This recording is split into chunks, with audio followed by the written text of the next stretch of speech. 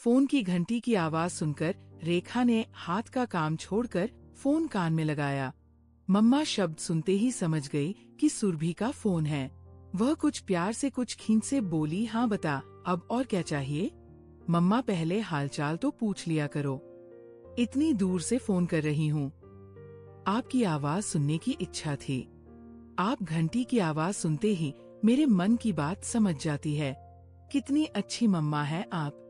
अब मक्खनबाजी छोड़ मतलब की बात बता। मम्मा रवि के यहाँ से थोड़ी मूंगफली मंगवा लेना कहकर सुरभि ने फोन काट दिया। रेखा ने अपने माथे पर हाथ मारा। सामने होती तो कान खींचकर एक चपत जरूर लगा देती। ये लड़की फरलाइट पकड़ते करते भी फरमाइश खत्म नहीं करेगी। फरमाइश करते समय भूल जाती है कि माँ की उम्र क्या है। माँ तो बस अल्लाह दीन का चिराग है, जो चाहे मंगा लो। भैया भाभी दोनों नौकरी करते हैं, कोई और बाजार दौड़ नहीं सकता। अकेली वहाँ कहाँ दौड़े। गोकुल की मुरब्बे चाहिए, प्यारे लाल का सोन पापड़ी, कुट्टू का आटा, मूंग की बढ़िया पाप और आम का अचार।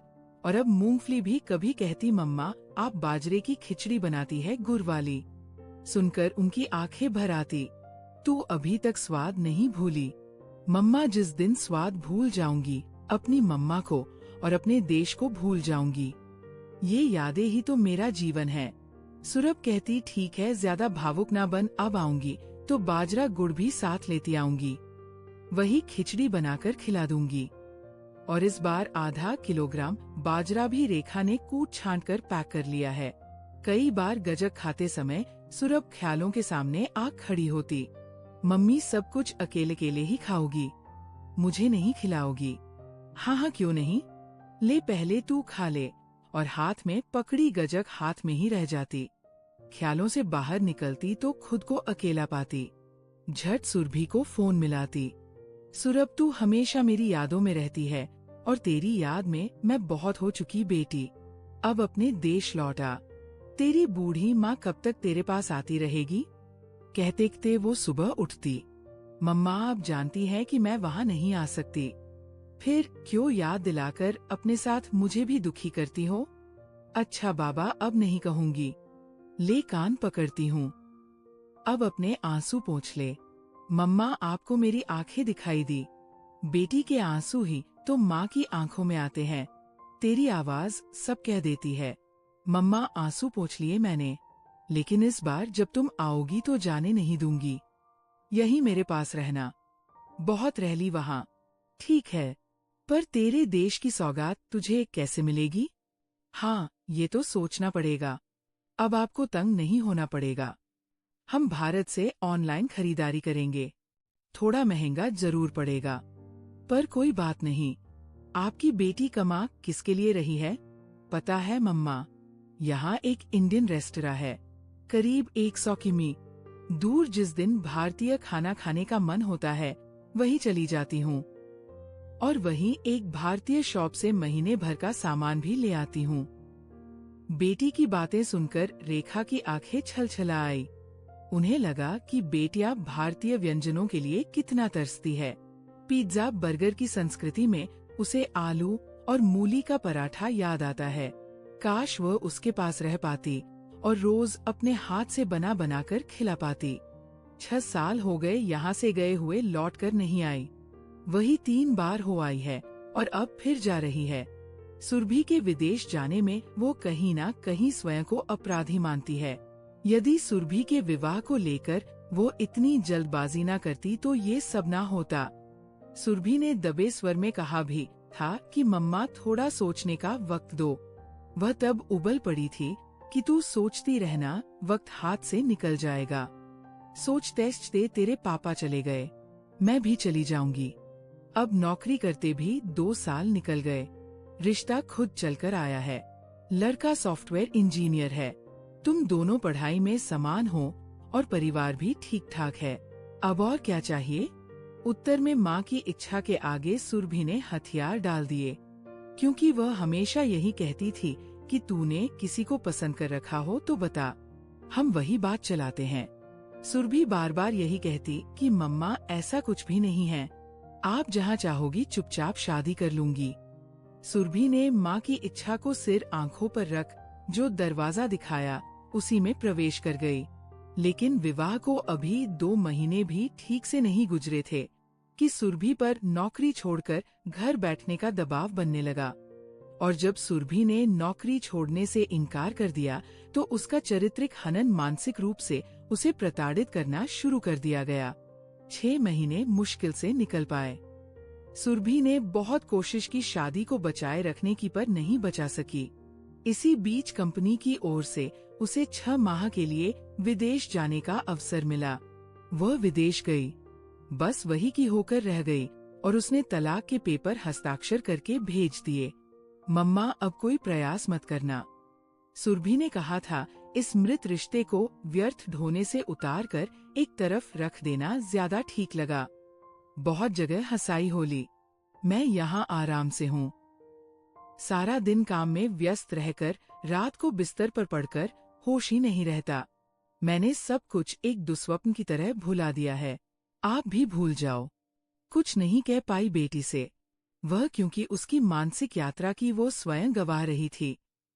सोचा कि थोड़े दिन बाद घाव भर जाएंगे, फिर सब कुछ ठीक हो जाएगा। इसी उम्मीद को लेकर वो 3 बार सुरभि के पास गई। प्यार से समझाया भी, सब मर्द एक से नहीं होते बेटी। अपनी पसंद का कोई यही देख ले। जीवन में एक साथी तो चाहिए ही, जिससे अपना सुख दुख बांटा जा सके। यहाँ विदेश में तू अकेली पड़ी है। मुझे हरदम तेरी चिंता लगी रहती है। मम्मा, मुझे इस रिश्ते से घृणा हो गई है। आप मुझसे इस बारे में कुछ ना कहें। विचारों को झटक कर रेखा ने घड़ी की ओर देखा। 5 बजने वाले हैं। कल की फ्लैट है। पैकिंग थोड़ी देर बाद कर लेगी। घर को बाहर से ताला लगा और झट रिक्शा पकड़कर रवि की दुकान से 2 किलो मूंगफली, गुड़ानी और गोलगप्पे का मसाला भी पैक करा लाई। बहू और राजीव के आने में अभी 1 घंटा बाकी है। तब तक रसोई में जा सब्जी काट कर और आटा गूंद कर रख दिया। थकान होने लगी। मन हुआ पहले 1 कप चाय बनाकर पी ले। फिर ध्यान आया कि राजीव और बहू ये सामान देखेंगे तो हंसेंगे। पहले उस सामान को बैग में सबसे नीचे रख ले। चाय उन दोनों के साथ पी लेंगी। बहू बेटे खा पीकर सो गए। उनकी आंखों से नींद कोसों दूर थी। वह बेटी के लिए ले जाने वाले सामान को रखने लगी।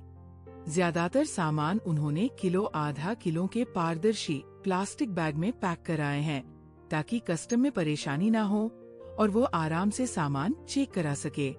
सुरभि के लिए कुछ ड्रेस और आर्टिफिशियल ज्वेलरी भी खरीदी थी। उसे बड़ा शौक है। सारा सामान 2 बैगों में आया, अपना सूटकेस अलग। मन में संकोच हुआ कि राजीव और बहू क्या कहेंगे। इतना सारा सामान कैसे जाएगा। सुरभि ने तो कह दिया है कि मम्मा चिंता ना करना, अतिरिक्त भार का पेमेंट कर देना। और यदि खोलकर देखा तो उनकी इस सोच को अचानक ब्रेक लगा जब राजीव ने पूछा, मम्मा आपकी पैकिंग पूरी है, कुछ छूटा तो नहीं। वीजा टिकट और फॉरेन करेंसी सहज कर रख ली। संकोच वश नीची निगाह किए उन्होंने हमें गर्दन हिलाई। अगले दिन गाड़ी में सामान रख सब शाम 4 बजे ही एयरपोर्ट की ओर चल पड़े। रात 8 बजे की फ्लाइट है। 2 घंटा एयरपोर्ट पहुंचने में ही लग जाएगा। रेखा रास्ते भर दुआ करती रही कि उनके सामान की गहन तलाशी ना हो। लेकिन सोचने के अनुसार सब कुछ कहाँ होता है। वही हुआ जिसका रेखा को डर था। बैग खोले गए और रेबड़ी गजक व मूंगफली के पैकेट देखकर कस्टम अधिकारी ने पूछा, मैडम ये सब क्या है। अचानक रेखा के मुंह से निकला, ये जो आप देख रहे हैं इस देश का प्यार है, यादें हैं। सब गाते हैं। कोई इनके बिना विदेश में कैसे जी सकता है। मेरी बेटी 6 साल में भी इनका स्वाद नहीं भूली है। यदि मेरे सामान का वजन ज्यादा है तो आप कस्टम ड्यूटी ले सकते हैं। रेखा का उत्तर सुनकर कस्टम अधिकारी ने आंखों से इशारा किया और वह अपने बैगों को लेकर बाहर निकलने लगी। तभी मन में विचार कौंधा कि कस्टम अधिकारी भी मेरी बेटी की तरह अपने देश को प्यार करता है, तभी मुझे यूं जाने दिया। हालांकि ना तो भार अधिक था और ना उनके पास ऐसा कोई आपत्तिजनक सामान था जिस पर कस्टम अधिकारी को ऐतराज होता। उन्होंने स्वयं सारा सामान माप के अनुसार पैक किया था। बैग खोलकर एक रेबड़ी का पैकेट निकाला और दरवाजे से ही अंदर मुरी बोली, सर एक माँ का प्यार, आपके लिए भी इनकार मत करिएगा, कहते हुए पैकेट कस्टम अधिकारी की ओर बढ़ाया। थैंक यू मैडम कहकर अधिकारी ने पैकेट पकड़ा, आंखों से लगाया और चूम लिया। रेखा मुस्कुरा पड़ी। दोस्तों, आपको ये कहानी अच्छी लगी हो तो प्लीज वीडियो को लाइक कीजिएगा और चैनल को सब्सक्राइब